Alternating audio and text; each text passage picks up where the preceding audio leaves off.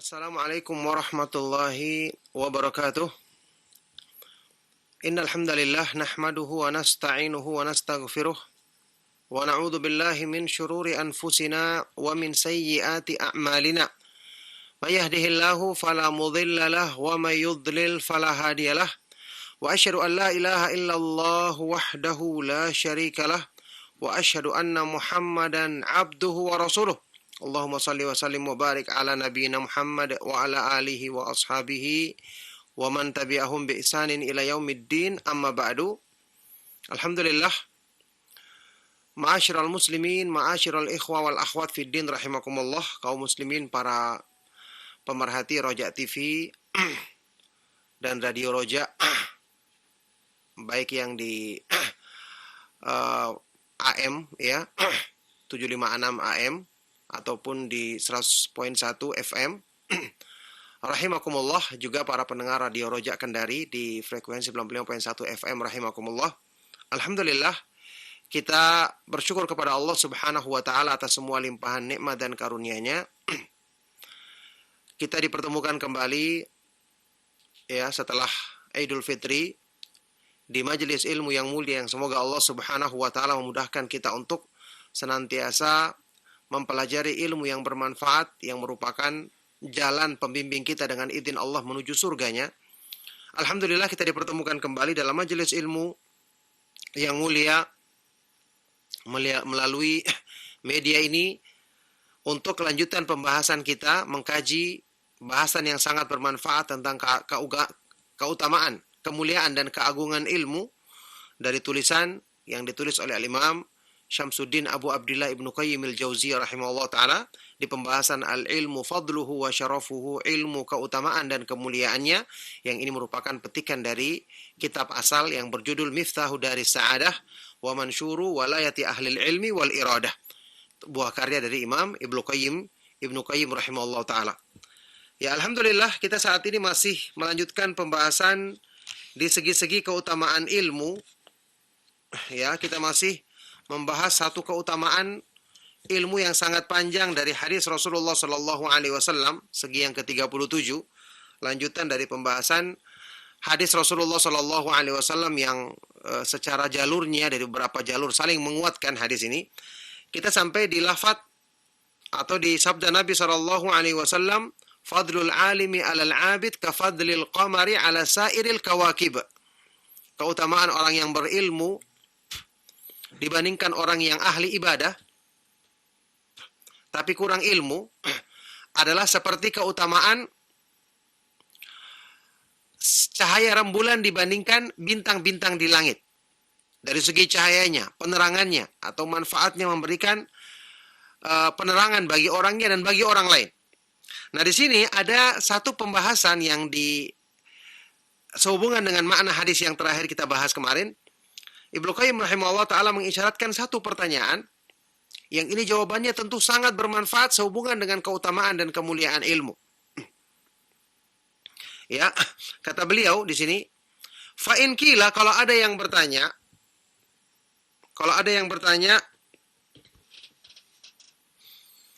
kaifa waqa'a tashbihul alimi bil qamari duna syamsi wa hiya a'dhamu nuran?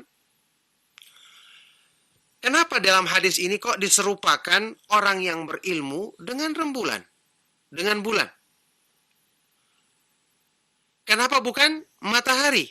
Padahal matahari kan lebih besar cahayanya, lebih terang. Kenapa diserumpamakan dengan hadis tadi? Fadlul alim alal abid ka fadlil qamar. Seperti keutamaan cahaya bulan dibandingkan cahaya bintang-bintang yang lain. Kenapa bukan dengan cahaya matahari yang lebih besar, lebih terang? Ya, kila, maka jawabannya kata Imam Ibnu Qayyim rahimahullah taala, fihi faidatan, karena di sini ada dua faedah. Masya Allah. Jadi penyerupaan ini memang benar-benar menunjukkan, faedah ini menunjukkan bahwa ini adalah wahyu dari Allah Subhanahu wa taala yang menurunkan firman-Nya kepada Rasulullah sallallahu alaihi wasallam, dan betul-betul Rasulullah sallallahu alaihi wasallam, wa ma yantiqu anil hawa in huwa illa wahyu yuha. Ya, tidak berbicara dari hawa nafsunya, tidak lain yang disampaikan adalah wahyu yang diturunkan kepada beliau. Lihat faedahnya. Pertama, ihdahuma, anna nurul qamari lamma kana mustafadan min ghairihi kana tashbihul alimi alladhi nuruhu mustafadun min syamsir risalati bil qamari aula min tashbihi bisyams. Ya. Pertama, faedah yang pertama, karena cahaya bulan itu diambil dari matahari. Tidak dengan sendirinya. Dia merupakan pantulan dari cahaya matahari. Jadi cahaya rembulan itu diambil, adalah faedah yang diambil dari selainnya, itu dari matahari, maka berarti sangat sesuai, ya, diserupakannya orang yang berilmu dengan cahaya rembulan. Ini sesuai karena ilmu yang dimiliki oleh para ulama diambil dari mana? Diambil dari syamsur risalah, matahari kenabian. Diambil dari matahari sunnah Rasulullah Sallallahu Alaihi Wasallam. Masya Allah. Maka berarti diserupakannya orang yang berilmu dengan rembulan di sini lebih utama daripada diserupakan dengan matahari, karena matahari sumbernya. Inilah ilmu yang dibawa oleh Rasulullah SAW karena langsung dari si Allah Subhanahu Wa Taala. Orang yang berilmu kan belajar sunnah sehingga dikatakan dia berilmu.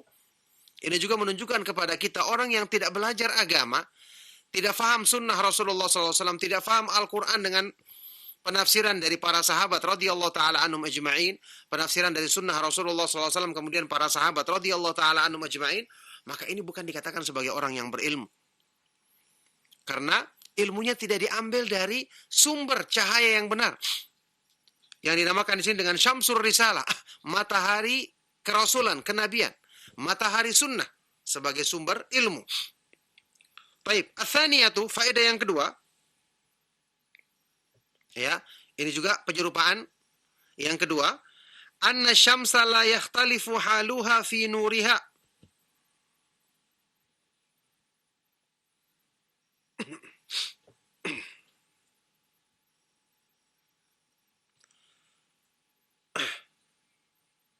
Ya.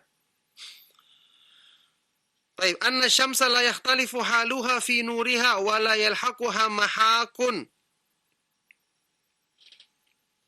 Wa la yalhaquha mahakun wa la tafawutun fil idha'ati wa amma al-qamaru fa innahu yakillu nuruhu wa yakthuru wa yamtali'u wa yanqus kama anna al-ulama'a fil ilmi ala maratibihim min kathratihi wa qillatihi fayufaddalu kullun minhuma fi ilmihi bihasabi kathratihi wa qillatihi wa dhuhurihi wa khafaihi kama yakunul qamaru kadzalik. Ya, matahari itu keadaan cahayanya itu tidak berbeda-beda. yakni sekali dia terbit maka dia akan terang terus. Itu matahari. Ya. Ketika cahayanya bersinar maka dia akan menyinar dengan sempurna. Kondisi matahari setiap hari seperti itu. Ya, kecuali kalau tertutup dengan mendung. Nah, ini kan sesuatu yang hakikatnya dia tetap bersinar dengan terang, cuman ada penghalang sehingga kita tidak bisa melihatnya. Beda dengan, ya, jadi kata beliau, kalau matahari itu tidak berbeda-beda keadaannya dalam hal terangnya cahayanya. Dan matahari tidak pernah ditimpa yang namanya mahak. Ya, benar-benar tertutup cahayanya sebagaimana yang dialami oleh bulan. Juga tidak terjadi yang namanya tafawut fil idha'ah. Bertingkat-tingkat atau berbeda-beda dalam cahaya penerangannya. Berbeda dengan rembulan.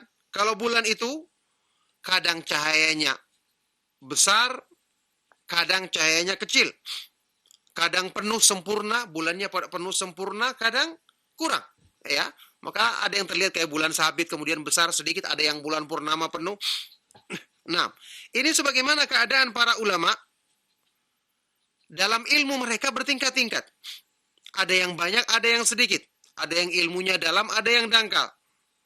Maka masing-masing dari para ulama itu diutamakan, dilebihkan dibandingkan yang lain sesuai dengan sedikit atau banyaknya ilmunya, nampak atau tersembunyinya ilmunya tersebut. Kama yakunul qamaru kadzalik, ini seperti keadaannya bulan. Fa'alimun kal badri lailata tamamihi wa akhiruhu wa akharun wa akharu dunahu bilailatin thaniyatin wa thalithatin wa ma ba'daha ila akhir maratibihi wa hum darajatun indallah. Maka orang yang berilmu, ya, itu seperti, ada yang seperti bulan di malam purnama, sempurna cahayanya. Ada lagi orang berilmu yang lain, kurang sedikit cahayanya, seperti malam yang kedua setelah itu, kemudian kurang lagi seperti malam yang ketiga, dan terus sampai di akhir tahapan-tahapan berkurangnya cahaya rembulan, ya, yang tentu mereka darajatun indallah, bertingkat-tingkat kedudukannya di sisi Allah Subhanahu wa taala. Subhanallah, ini benar-benar merupakan tasbihun baligh, ya, penyerupaan yang sangat tinggi. Menunjukkan kesesuaian antara orang yang berilmu dengan rembulan dan kenapa sebabnya tidak diserupakan dengan matahari. Walihada hiya fi ta'birir ru'ya ibaratun 'anil ulama, fa kaifa waqa'a tashbihum huna bil qamar?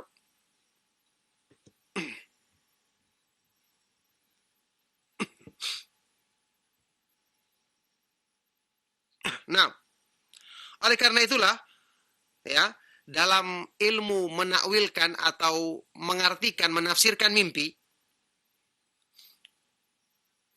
kalau orang melihat bulan, itu berarti maknanya adalah ulama. Misalnya ada orang yang melihat bulan, tandanya dia akan ketemu dengan orang ulama, orang yang berilmu dengan sesungguhnya. Ya, tentu saja meskipun mimpi bukan sesuatu yang pasti untuk kita, kecuali kalau mimpinya Nabi, wahyu, ya. Tapi kalau seorang itu bermimpi melihat bulan, itu biasanya ditafsirkan dengan orang yang berilmu yang sesungguhnya. Nah, maka fa kaifa waqa'a tashbihum huna bil qamar, maka inilah sebabnya kenapa di dalam hadis ini diserupakan para ulama dengan rembulan. Baik. Kemudian ada juga beberapa riwayat yang menyerupakan orang yang berilmu dengan nujum, dengan bintang. Kila amma tashbihul ulama'i bin nujum, fa inna nujuma yuhtada biha fi dhulumatil barri wal bahr, wa kadzalika al ulama. An-nujumu zinatun lis-sama', wa kadzalika al ulama'u zinatun lil ardi, wa hiya rujumun lisyayatin ha'ilatun bainahum wa bain istiraki as-sam'i li'alla yulabbisu bima yastarikunahu minal wahyil waridi ila rusuli alaihimu salatu wassalam minallahi ala aidi malaikatihi, wa kadzalika al-ulama'u rujumun li syayatinil insi wal jins alladzina yuhi ba'dhum ila ba'din zukhrufal qawli gurura. Nah, adapun ketika ada hadis yang menyebutkan penyerupaan orang yang berilmu dengan bintang, nujum, ya, maka karena bintang-bintang itu adalah yuhtada biha, tanda-tanda untuk menjadi petunjuk di kegelapan malam, baik di daratan maupun di lautan. Ya, ini disebutkan di dalam Al-Quran, beberapa ayat menyebutkan demikian. Walaqad zayyana sama'ad dunya bimasabiha wa ja'alnaha rujuman lisyayatin. Sungguh kami telah jadikan perhiasan, kami hiasi langit dunia itu, langit yang paling rendah itu dengan cahaya, yakni cahaya bintang. Kemudian kami jadikan dia sebagai rujuman lisyayatin, sebagai batu meteor, panah api untuk melempar syaitan yang mencuri-curi berita di langit. Ya, di dalam ayat ini disebutkan wa alamat wa bin najmi hum yahtadun. Ya, dan dengan bintang mereka mengambil petunjuk arah. Ketika seorang berlayar di kegelapan malam atau berjalan di padang pasir, dia tidak punya petunjuk arah di zaman dahulu, apalagi ya sebelum adanya kompas atau yang sejenisnya, maka mereka menggunakan bintang sebagai petunjuk arah. Sebagai petunjuk arah. Makanya disebutkan di dalam Sahih Imam Bukhari, ya, di dalam Sahih Imam Bukhari, ucapan dari seorang tabi'in yang mulia, Imam Qatadah Ibnu Da'amah As-Sadusi, imam besar dari kalangan tabi'in, rahimahullah ta'ala, mengatakan, khalaqallahu nujuma li thalathati asya. Allah menciptakan bintang itu untuk 3 petunjuk, untuk 3 perkara tujuannya. Dan semua ini persis dengan yang Allah jadikan bagi para ulama yang mengajarkan sunnah Rasulullah SAW kepada manusia. Pertama, rujuman lisyayatin. Pertama, zinatan lis-sama wa rujuman lisyayatin wa alamatin yuhtada biha. Pertama, sebagai perhiasan langit. Langit tanpa bintang tidak ada indahnya langit, gelap. Ya. Yang kedua, sebagai rujum, pelempar bagi syaitan, semacam panah api atau meteor untuk membakar syaitan.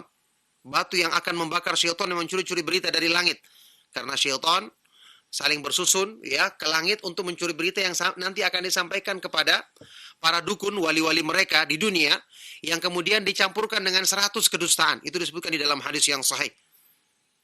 Itu fungsi yang kedua, untuk menjaga berita dari langit. Yang ketiga adalah untuk alamat, tanda-tanda, petunjuk arah yang dengannya dijadikan sebagai petunjuk arah bagi orang yang berjalan di kegelapan malam di daratan maupun di lautan. Nah, baik, kata beliau, ya, jadi fa innan nujuma, karena sungguhnya bintang itu adalah petunjuk arah di kegelapan malam, baik di daratan maupun di lautan. Wa kadzalikal ulama, maka demikian pula para ulama. Mereka Allah jadikan sebagai petunjuk, pembimbing. Ya, setelah wafatnya para nabi dan para rasul alaihi wassalatu wassalam, maka yang bertugas memberikan petunjuk, pembimbing arah menuju surga dan menghindari jalan menuju neraka dengan izin Allah adalah para ulama, karena mereka adalah siapa? Fa innal ulama warathatul anbiya. Sudah kita baca hadisnya. Karena mereka adalah orang-orang yang berilmu, adalah pewarisnya para nabi. Termasuk mewarisi tugasnya, memberikan petunjuk kepada umat. Oleh karena itu, orang yang dekat dengan majelis ilmu, dekat dengan bimbingan para ulama, berarti dia dekat dengan rambu-rambu. Ya, dekat dengan petunjuk, pembimbing. Kalau jauh dari orang yang berilmu, jauh dari mengkaji agama, jauh dari para ulama, berarti dia jauh dari pembimbing. Ibnu Taimiyah rahimahullah ta'ala mengatakan apa? Man faraqad dalil, dhallas sabil. Barang siapa yang menjauhkan diri dari petunjuk, dari rambu-rambu, maka pasti jalannya akan tersesat. Na'udzubillahi min dzalik. Ya, jadi ini adalah fungsi atau kedudukan bintang yang persis seperti kedudukan atau fungsi bimbingan para ulama. Fakadzalikal ulama'u zinatun. Naam, wan nujumu zinatun lis-sama. Demikian pula bintang itu merupakan zinatun lis-sama. Ya, perhiasan bagi langit. Maka demikian pula para ulama adalah perhiasan di muka bumi ini. Perhiasan di muka bumi ini. Ya, sampai-sampai disebutkan oleh sebagian dari para ulama, ketika ulama besar meninggal dunia, itu akan muncul banyak bencana di muka bumi ini. Ya, akan muncul banyak bencana di muka bumi ini. Ada sebagian dari para ulama yang menafsirkan ayat Al-Quran, di beberapa ayat Al-Quran yang kurang lebih semakna. Awalam yarau anna na'til arda nanqusuha min atrafiha. Apakah mereka tidak melihat bahwa kami itu mendatangi bumi dan mengurangi dari tepi-tepinya, yakni menjadikan banyak bencana terjadi di muka bumi. Diterangkan oleh sebagian dari para ulama, itu maknanya adalah dengan kematian para ulama. Ya, kematian para ulama. Ya, sampai-sampai Imam Az-Zahabi rahimahullah ta'ala pernah menyebutkan tentang 3 orang ulama yang meninggal dunia di satu masa, dan beliau kemudian mengomentari dengan mengatakan, wa mithlu haula'i tsalatsah idza khala madinatun anhum faqad bana ala ahlihan naqsu. Mereka yang seperti yang mereka bertiga ini, orang-orang seperti mereka, ulama besar yang 3 orang ini, kalau satu negeri kehilangan mereka, entah mereka pergi atau mereka meninggal dunia, wafat, maka sungguh akan terlihat nyata kekurangan atau akan banyak bencana yang terjadi di negeri tersebut. Masya Allah, ini keutamaan dan kemuliaan ilmu. Kemuliaan yang Allah subhanahu wa ta'ala jadikan bagi orang-orang yang membawa sunnah Rasulullah SAW. Kita ketahui musibah terbesar bagi umat Islam adalah wafatnya Rasulullah Shallallahu Alaihi Wasallam, maka ketika wafat pewaris para nabi, berarti ini juga merupakan musibah yang sangat besar yang menimpa umat ini. Nanti kita akan baca hadis athar yang sahih dari Ali bin Abi Thalib radhiyallahu taala anhu, atau sahabat yang lain yang menyebutkan wa mautul alim thulmatun, ya, matinya seorang yang berilmu, yang membawa sunnah Rasulullah SAW adalah thulmatun fil Islam, adalah kebocoran di dalam Islam, keretakan dalam Islam yang tidak akan bisa ditambah lagi sampai hari kiamat. Maka ini menunjukkan ya bagaimana pentingnya kedudukan para ulama di tengah umat ini dan bagaimana akan terjadi kerusakan, dan yang paling penting adalah kerusakan agama, kesesatan atau penyimpangan. Ketika satu negeri kosong atau kehilangan orang-orang yang benar-benar berilmu, memahami petunjuk Al-Quran dengan pemahaman para sahabat radhiyallahu taala anhum ajma'in dan juga sunnah Rasulullah sallallahu alaihi wasallam. Nah, wa hiya rujumun lisyayatin hailatun bainahum wa baina istiraqis sam'i. Sekaligus bintang-bintang itu adalah rujuman lisyayatin. Rujum, pelempar, batu pelontar untuk membakar, batu meteor atau panah api. Ya. Karena disebutkan di dalam ayat Al-Qur'an dengan rujum, batu melempar, kita terjemahkan dengan bahasa batu meteor begitu. Batu pelempar berapi. Disebutkan juga di surat Al-Jin dengan syuhub, panah api, untuk melontar syaitan yang ingin mencuri berita, untuk menghalangi antara para syaitan dengan upaya mereka mencuri-curi pendengaran, mencuri-curi berita di langit, supaya mereka tidak ya mengkaburkan dengan berita ini, membawa berita ini kemudian yulabbisu, dicampur adukan, yang kemudian nanti akan disampaikan kepada wali-wali mereka di dunia ini, yaitu para dukun dan tukang sihir, para tukang ramal, ya. Nah, minal wahyil waridi ila rusuli minallahi ala aidi malaikati, yang mereka ingin mencampur adukan dengan wahyu yang bersumber dari si Allah Subhanahu wa taala yang disampaikan oleh para malaikat kepada para rasul alaihi wassalatu wassalam. Wa kadzalikal ulama'u rujum. Demikian pula para ulama adalah rujum, adalah panah api untuk membakar syaitan yang dilontarkan kepada syaitan, jin dan manusia. Mereka, para ulama, membakar syubhat. Karena dengan penjelasan mereka akan tersingkap. Ini yang syirik, ini yang tauhid yang sesungguhnya, ini yang sunnah, ini yang bid'ah, inilah yang sesuai dengan petunjuk Allah Subhanahu wa taala dan Rasulnya, inilah hadis yang sahih, inilah hadis yang dhaif.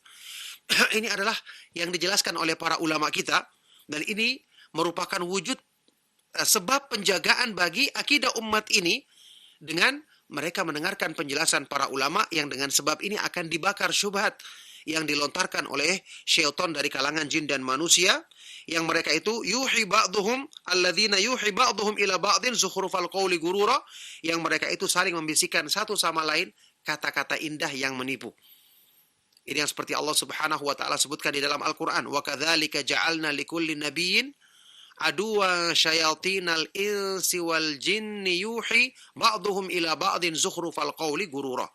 Demikianlah kami jadikan bagi setiap nabi musuh dari kalangan syaitan, jin maupun manusia, yang mereka ini selalu saling membisikkan satu sama yang lainnya dengan kata-kata indah yang menipu. Ketika ada kata-kata indah, orang akan terpedaya. Ketika ada bahasa-bahasa manis yang disampaikan, orang tertipu, dikira inilah kebenaran.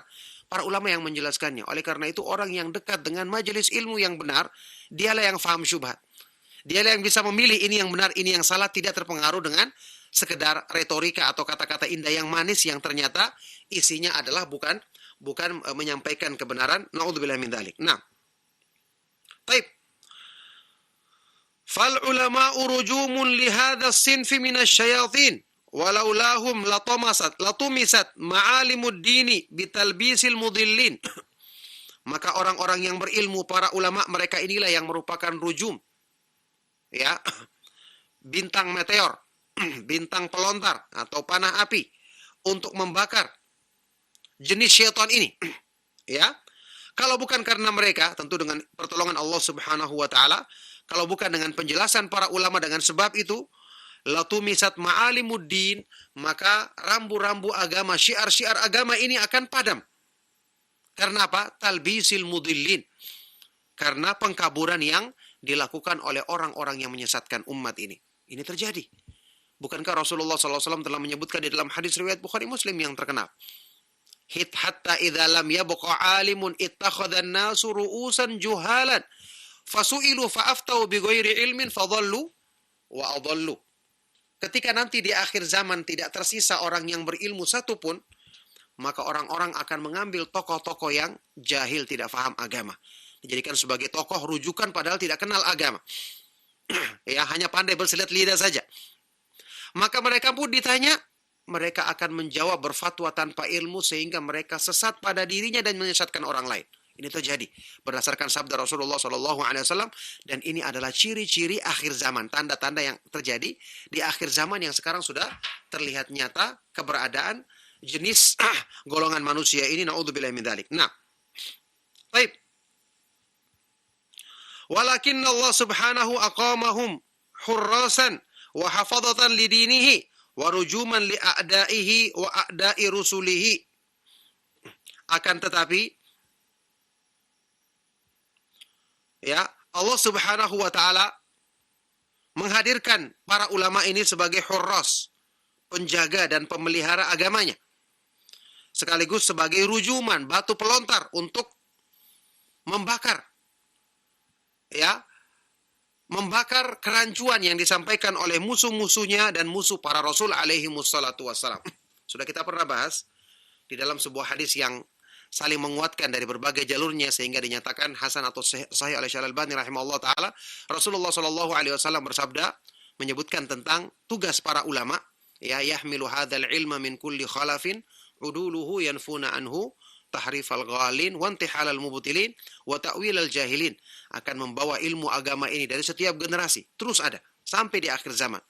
Adalah orang-orang yang adil, terpercaya di antara mereka. Mereka akan menghilangkan, membersihkan dari agama ini tahrif, upaya untuk menyelewengkan makna Al-Quran dan Sunnah dari orang-orang yang melampaui batas. Kemudian intihal, kedustaan, pemalsuan yang dilakukan oleh orang-orang yang ingin merusak agama, serta pentakwilan dari orang-orang yang jahil. Ini tugas mereka, maka inilah sebabnya, sudah kita katakan tadi berkali-kali, dekat dengan para ulama Ahlus Sunnah wal Jamaah, menjadikan kita terbimbing, menjadikan kita selalu, insya Allah, dekat dengan petunjuk yang benar dalam memahami Al-Quran dan hadis-hadis Rasulullah Sallallahu Alaihi Wasallam. Nah, fahadha wajhu tashbihihim bin nujum, maka inilah segi keserupaan para ulama. Kenapa diserupakan atau dianalogikan dengan bintang-bintang, ya? Wa amma tashbihuhum bil qamar fadzalika innama kana fi maqami tafdhilihim ala ahli al-ibadati al-mujarradati wa muwazanati ma bainahuma minal fadli. Adapun ketika diserupakan dengan bulan, maka itu adalah fadzalika, itu adalah ditujukan untuk menunjukkan maqam tafdhilihim, lebih utamanya mereka dibandingkan orang-orang yang ahli ibadah saja tanpa berilmu, tanpa menyebarkan ilmu, dan untuk muwazanah, menimbang mana yang lebih utama di antara keduanya, sebagaimana cahaya bintang-bintang dibandingkan cahaya rembulan. Masya Allah. Jadi ada hadis yang ketika menyerupakan dengan bulan maknanya seperti itu, dibandingkan dengan cahaya bintang. Ketika ada di hadis lain diserupakan dengan nujum, ulama itu seperti nujum, ya, sebagaimana dalam hadis riwayat Imam Muslim, ya, para sahabat di Rasulullah SAW menyerupakan seperti sebagaimana bintang itu amanatun lis sama, adalah pengaman yang memberikan keamanan bagi langit, yang menjaga keamanan langit. Maka demikian pula para ulama amanatun li ummati, ya, para ulama atau para sahabatku adalah penjaga bagi umatku. Jadi penyerupaan seperti ini tujuannya adalah untuk menjelaskan fungsi mereka seperti yang disebutkan di dalam penjelasan tadi, yaitu 3, sebagai pemberi petunjuk bagi jalan manusia agar bisa menempuh jalan menuju keridhaan Allah. Yang kedua, sebagai pelontar untuk membakar syubhat yang dilontarkan oleh syaitan dari kalangan jin maupun manusia. Dan yang ketiga, sebagai hiasan bagi, kalau bintang hiasan bagi langit, maka para ulama hiasan bagi bumi ini. Nah, taib. Wal makna annahum yafduluna al-ibadah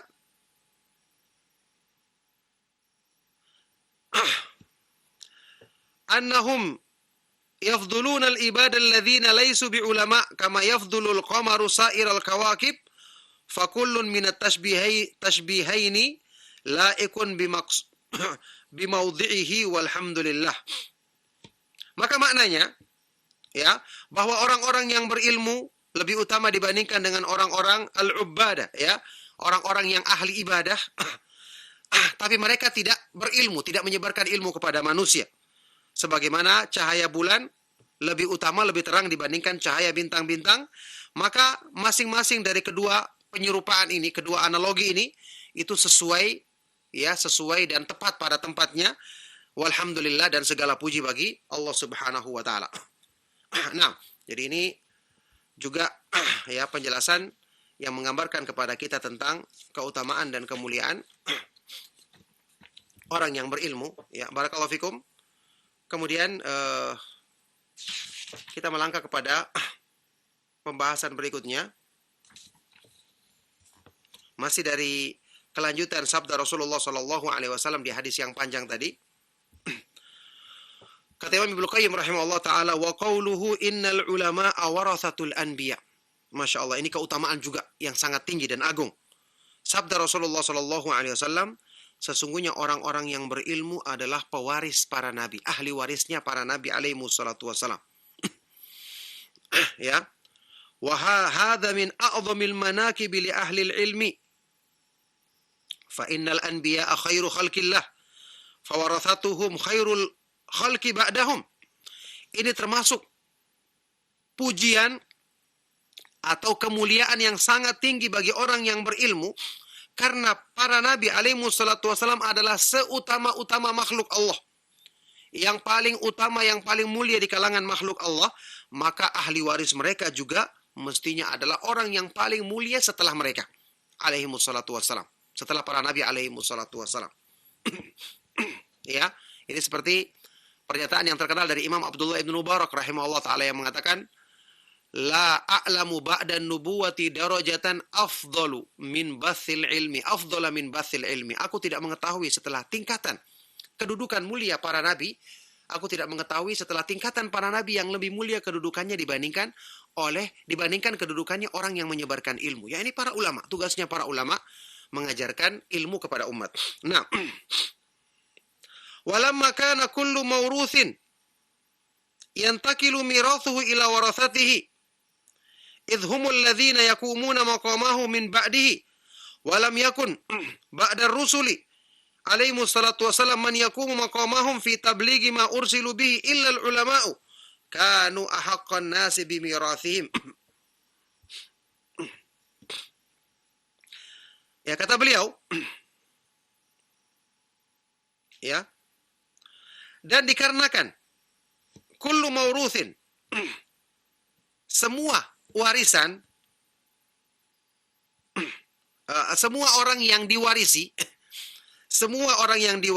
maka warisannya akan berpindah kepada ahli warisnya. Berpindah ke ahli warisnya, kenapa?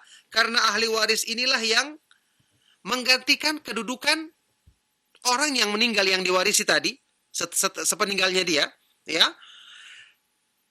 Kemudian setelah para Rasul alaihi wassalatu wassalam, tidak ada seorang pun yang menempati kedudukan mereka dalam menyampaikan risalah yang mereka bawa, dalam menyampaikan sunnah yang mereka bawa kepada umat ini. Tidak ada yang menegakkan hal itu kecuali orang-orang yang berilmu. Maka dengan ini, orang-orang yang berilmu adalah yang paling berhak di kalangan manusia untuk mendapatkan atau membawa warisan para nabi dan para Rasul alaihi wassalatu wassalam. Fa innal ulama alam yuwarrithu dinaron wala dirhaman. Orang fa innal anbiya alam yuwarrithu dinaron wala dirhaman. Orang para nabi alaihi wassalatu wassalam tidak mewariskan uang emas maupun uang perak. Tapi yang mereka wariskan adalah petunjuk, wahyu yang mereka bawa dari si Allah Subhanahu wa taala. Inilah yang diwarisi oleh para ulama. Nah, wa fi hadza tanbihun ala annahum aqrabun nasi ilaihim, fa innal miratha innama yakunu li aqrabin nasi ilal muwarrith.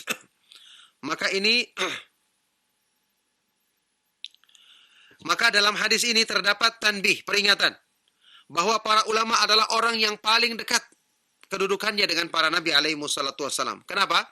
Karena warisan itu, harta warisan itu hanyalah ditujukan kepada orang yang paling dekat kedudukannya dengan orang yang meninggal yang diwarisi tadi. Dia yang paling dekat kedudukannya. Makanya ahli waris itu adalah anaknya, kalau yang meninggal suami termasuk istrinya, termasuk orang tuanya dan seterusnya. Wa hadza kama annahu thabitun fi mirathi dinari wa dirham, fakadzalika huwa fi mirathi nubuwati wallahu yakhtassu bi rahmatihi man yasha.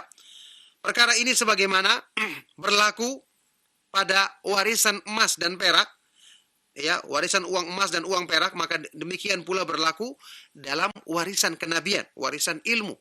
Ya, petunjuk yang dibawa oleh para nabi alaihi wassalatu wassalam, dan Allah Subhanahu wa taala mengkhususkan, mengistimewakan untuk mendapatkan rahmatnya kepada siapa yang dikehendakinya. Semoga Allah Subhanahu wa taala memudahkan kita untuk termasuk ke dalam golongan orang-orang yang senantiasa mendapatkan limpahan rahmatnya. Baik, wa fi aidan irsyadun.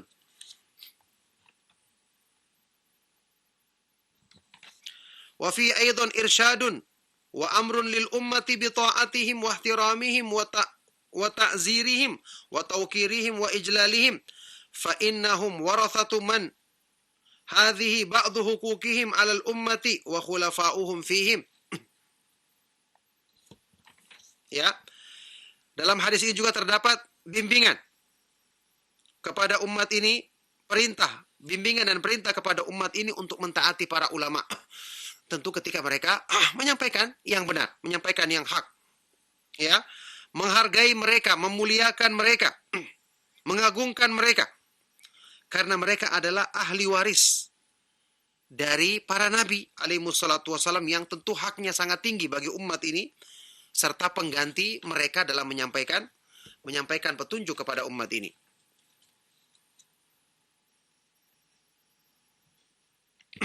Baik.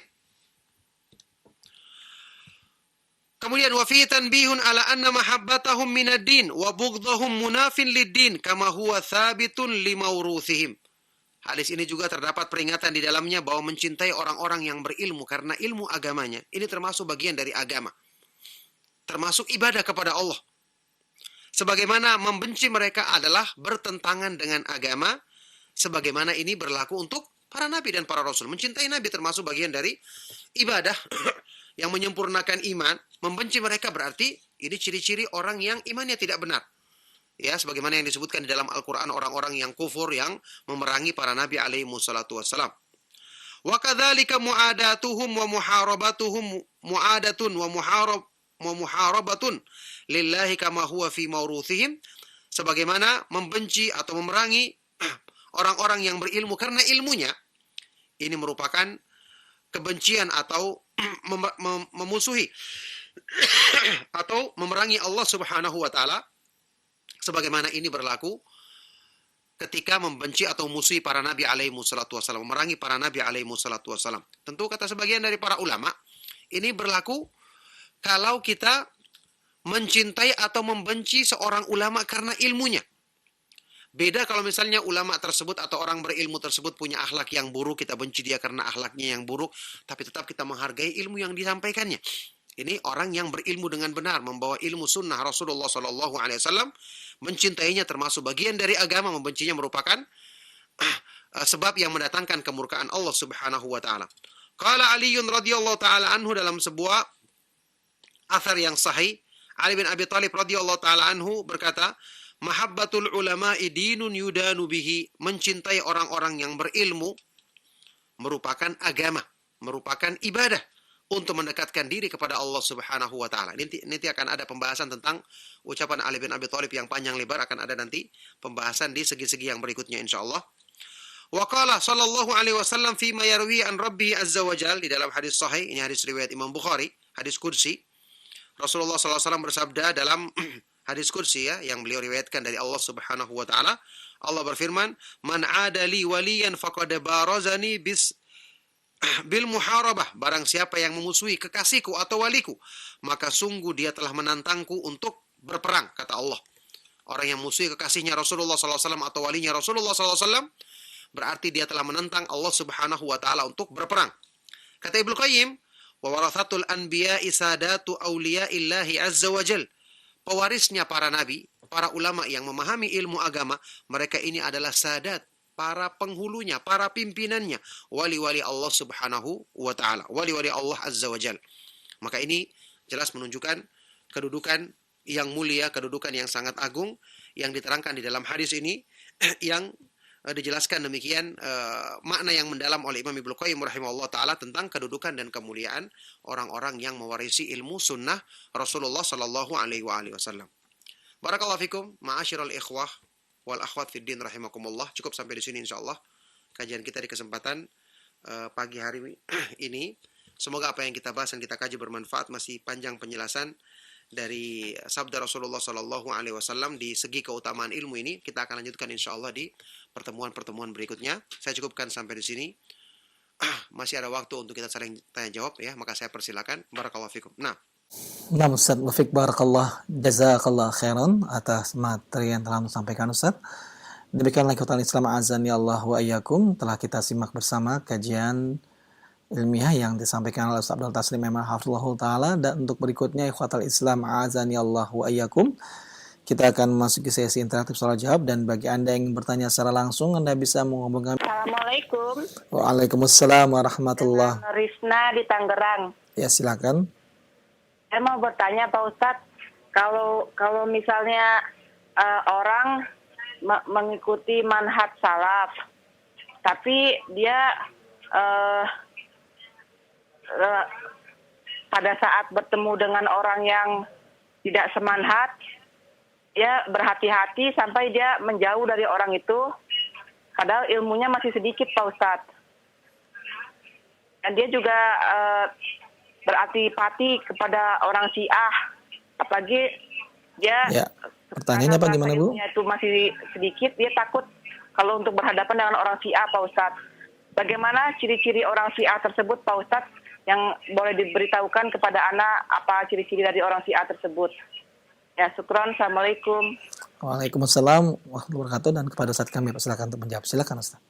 Iya, barakallahu fikum, pertanyaan yang bermanfaat sekali dari ibu yang ada di Tangerang tadi ya. Semoga Allah Subhanahu wa taala senantiasa melimpahkan kebaikan dan rahmatnya kepada beliau, keluarga dan kepada kita semua. Ya, pertanyaan tadi tentang seseorang yang setelah dia belajar pemahaman Ahlus Sunnah wal Jamaah, pemahaman manhaj salaf, kemudian dia berhati-hati dan menjauhi beberapa orang yang dia khawatir akan mempengaruhi dirinya. Maka ini sikap yang benar. Sikap yang benar ya. Tentu saja ada perincian pada sebagian orang. Kalau orang-orang yang kita anggap masih bisa kita ajak dan kita dakwai, tentu kita lebih bagus kita nasihati.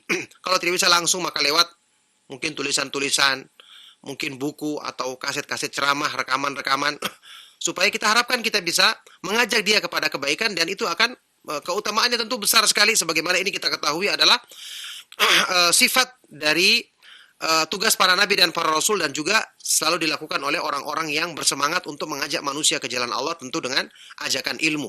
Nah, adapun orang-orang yang sudah tokoh yang bisa mempengaruhi, yang kalau kita berhadapan kita khawatir akan terpengaruhi, ini kita jauhi. Kita jauhi ya, karena kita khawatir akan terpengaruh. Seperti yang disebutkan tadi, ada sebagian golongan, kelompok-kelompok yang nyata penyimpangannya, seperti mereka-mereka yang selalu mencela para sahabat Nabi SAW, mengkafirkan para sahabat Rasulullah SAW, yang tujuannya ini sebenarnya mencela Nabi Muhammad SAW.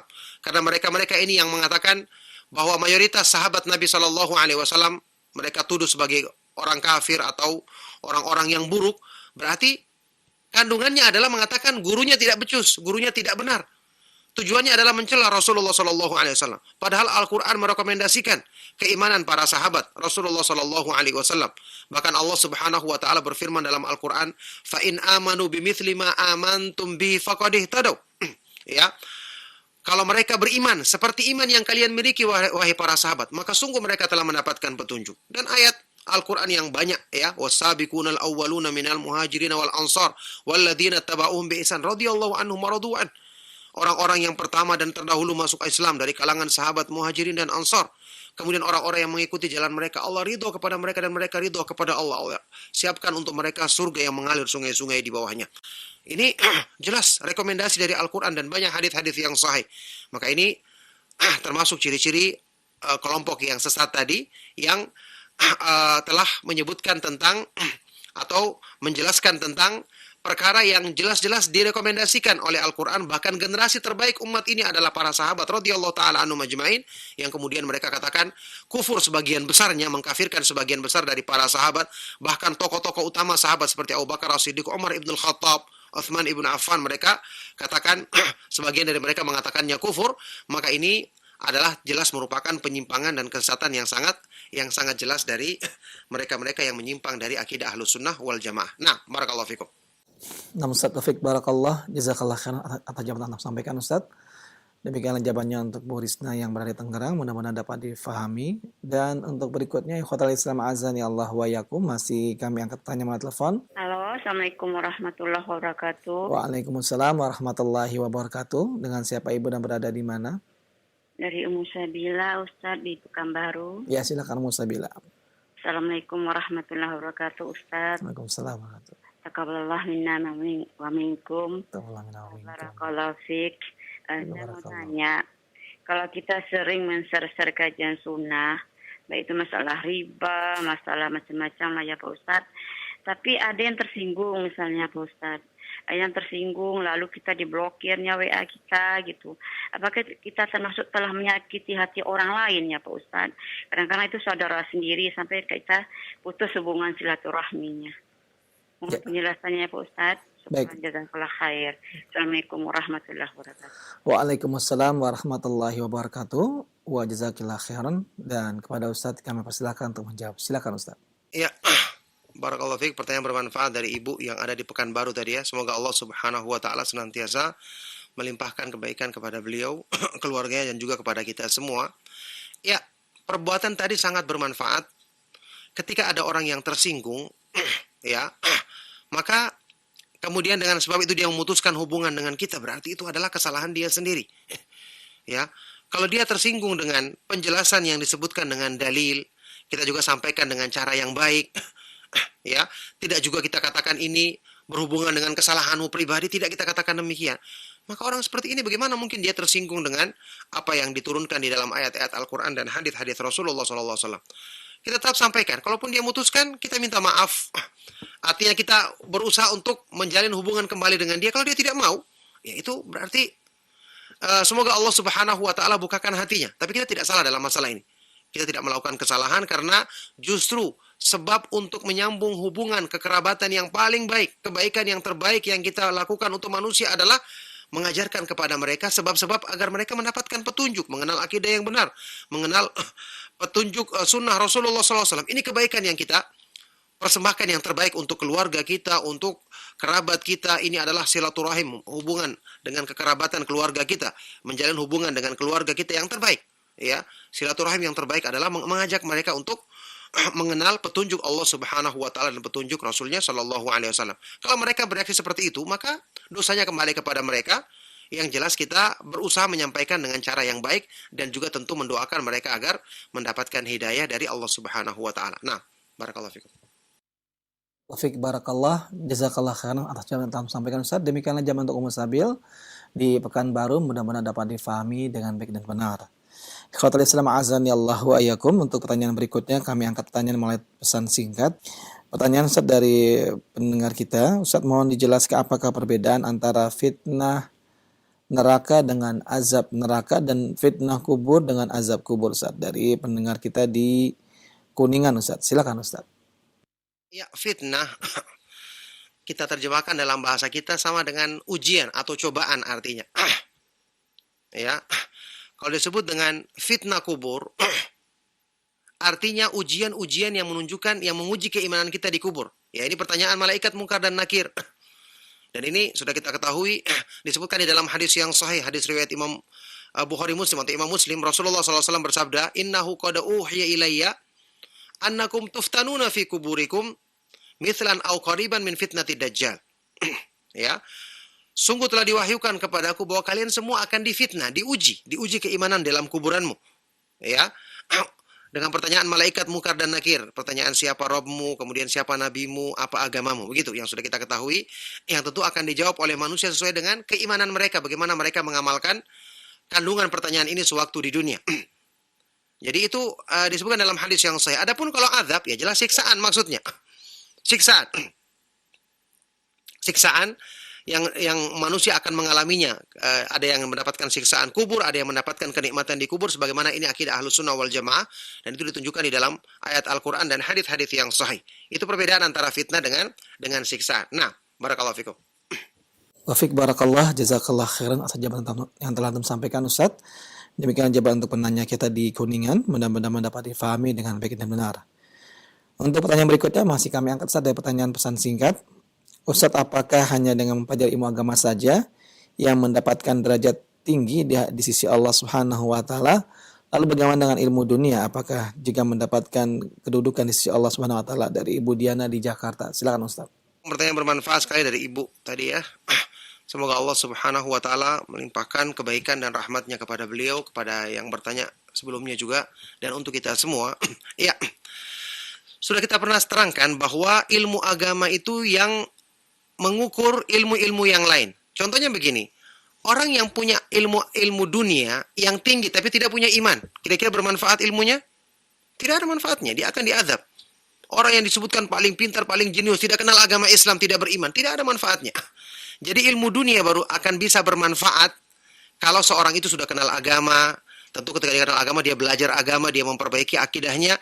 Kemudian dengan ilmu dunianya tadi dia pelajari yang bermanfaat saja, karena ilmu dunia ada yang tidak bermanfaat. Banyak ilmu-ilmu yang dipelajari di dunia seperti ilmu sihir misalnya justru merugikan. Ya, kemudian ilmu-ilmu yang menyesatkan banyak, atau ilmu-ilmu dunia tapi tujuannya untuk menipu atau mengambil harta orang lain tanpa hak misalnya, ini jelas menyesatkan manusia. Oleh karena itu ilmu-ilmu dunia yang menjadi ukurannya adalah ilmu agama. Ketika dia telah belajar agama, kemudian dia mempelajari ilmu dunia yang bisa bermanfaat untuk kaum muslimin misalnya, maka ini akan bermanfaat. Oleh karena itu ilmu dunia tidak akan bermanfaat kalau tidak menjadi yang menjadi landasan dan yang mengukurnya adalah, yang menentukan arahnya dengan benar dengan izin Allah Subhanahu wa taala adalah ilmu agama. Oleh karena itulah Rasulullah SAW menyebutkan di dalam hadis yang sahih tentang orang yang Allah kehendaki kebaikan bagi dirinya. Hadis riwayat Imam Bukhari Muslim. Dari Muawiyah bin Abi Sufyan radhiyallahu taala anhuma, Rasulullah SAW bersabda, "Man yuridillahu bihi khairan yufaqihu fid din." Barang siapa yang Allah kehendaki baginya kebaikan, maka Allah jadikan dia paham dalam agamanya, ya, bukan dalam urusan dunia tapi dalam agamanya, karena ilmu agama inilah yang akan menjadi sebab tolak ukur dari ilmu-ilmu yang lainnya. Nah, barakallahu fikum. Nah, Ustaz Taufik barakallah, jazakallah khairan atas jawaban yang telah sampaikan Ustaz. Dan untuk pertanyaan berikutnya, kita angkat pertanyaan melalui telepon. Assalamualaikum warahmatullahi wabarakatuh. Waalaikumsalam warahmatullahi wabarakatuh. Dengan siapa Bapak dan berada di mana? Dengan Pak Mulyono di Medan, Ustaz. Ya, silakan Pak Mulyono di Medan pertanyaannya.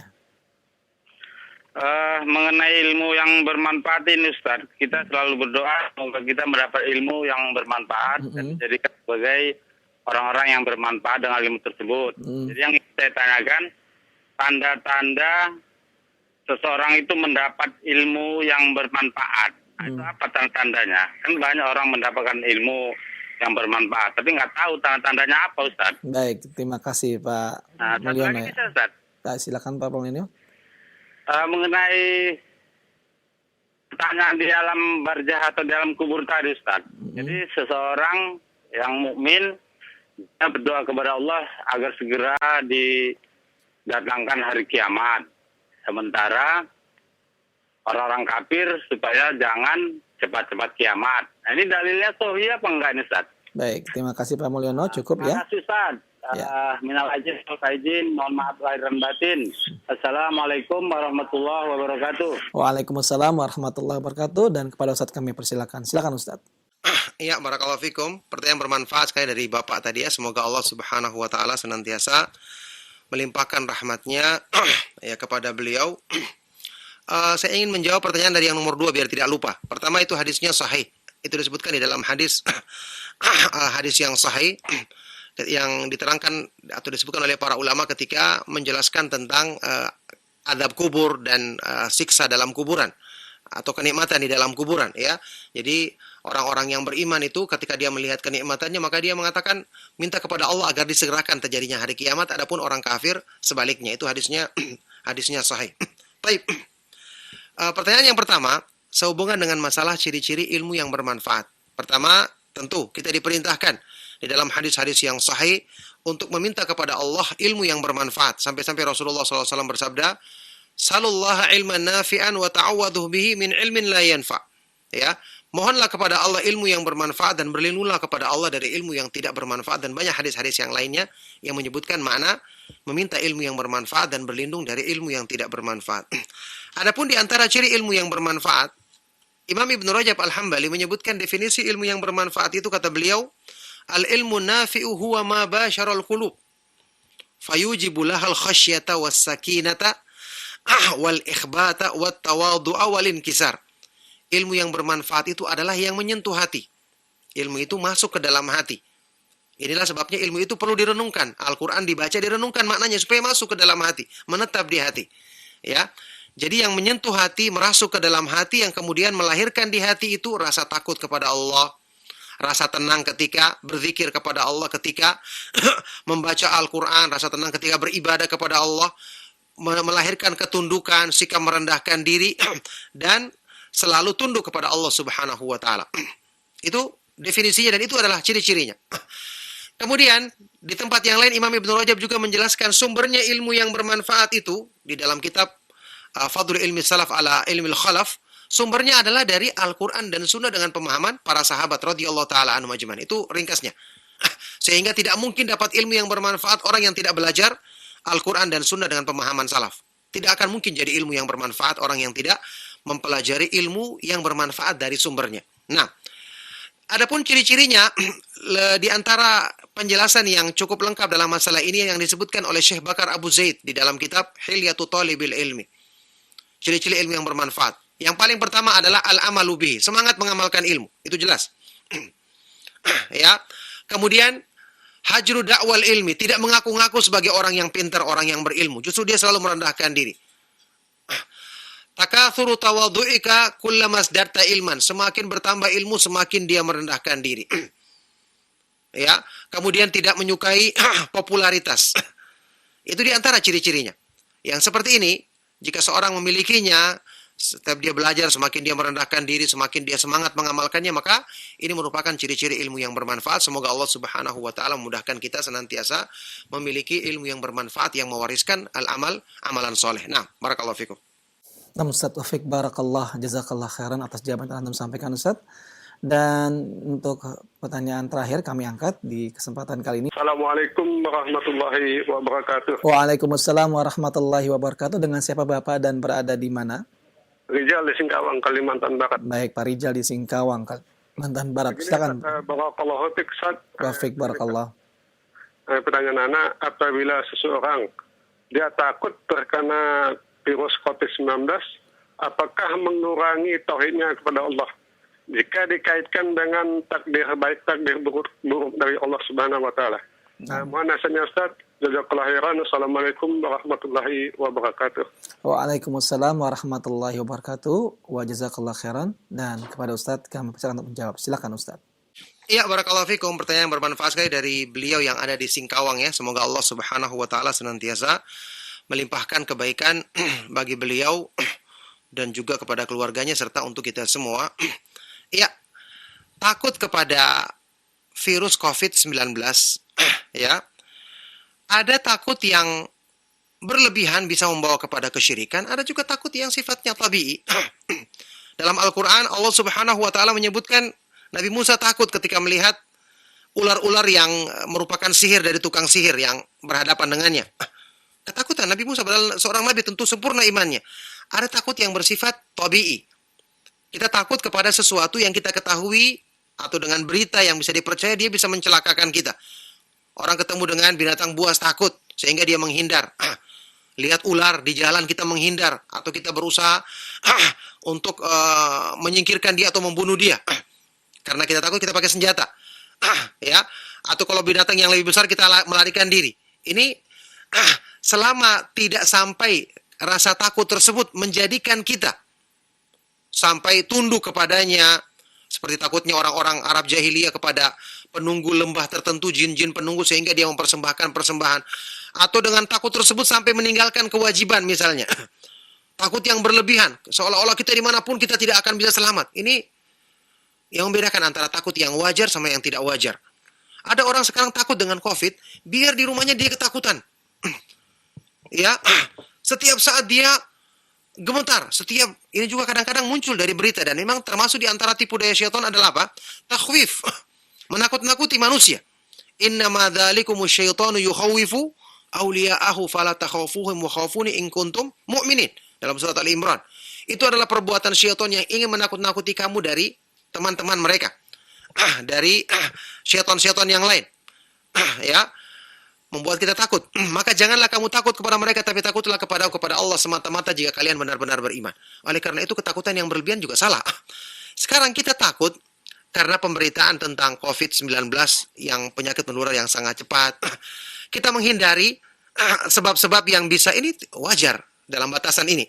Ya, misalnya kita ketika tidak berkumpul atau bertemu dengan orang, kita sementara menghindari jabat tangan, atau kalau terpaksa jabat tangan kita segera mencuci tangan. Ini wajar saja karena penyebaran penyakit ini cepat.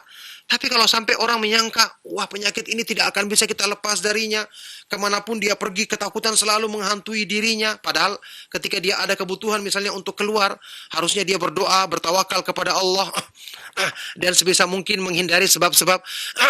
Kalau yang seperti ini dilakukan, ya ketakutan yang wajar seperti ini, maka ini tidak sampai kepada kesyirikan. Tapi kalau yang berlebihan seperti tadi, ini yang bisa membawa kepada kesyirikan. Na'udzubillah min dzalik. Semoga Allah Subhanahu wa taala menghindarkan kita dari segala keburukan. Makanya kita diajarkan selalu berdoa, meminta perlindungan dari Allah dari penyakit-penyakit yang buruk, termasuk COVID ini. Ya, seperti doa yang diajarkan dalam sunnah Rasulullah sallallahu alaihi wasallam. Allahumma inna na'udzubika minal barasi wal jununi wal judhami min sayyi'il asqam. Ya Allah, kami berlindung kepadamu dari penyakit belang, penyakit gila, penyakit lepra atau kusta, atau keburukan-keburukan penyakit yang lain, termasuk penyakit wabah ini. Ala kulli hal, kita berlindung kepada Allah. Setelah itu kita berusaha untuk lakukan sebab yang tidak melanggar agama, yang tidak melanggar syariat. Maka dengan sebab ini insya Allah kita, makanya setiap saat kita selalu ingat kepada Allah agar takut kita tidak berlebihan kepada makhluk. Kita yakin semua Allah Subhanahu wa taala yang maha kuasa untuk melindungi kita. Barakallahu fikum. Insya Allah ini merupakan jawaban dari pertanyaan yang terakhir. Semoga apa yang kita kaji dan kita bahas bermanfaat. Mohon maaf jika ada yang salah dan kurang berkenan.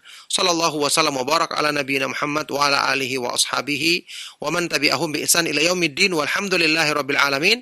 Subhanakallahumma wa bihamdika asyhadu an la ilaha illa anta astaghfiruka wa atubu ilaik. Wassalamu alaikum warahmatullahi wabarakatuh.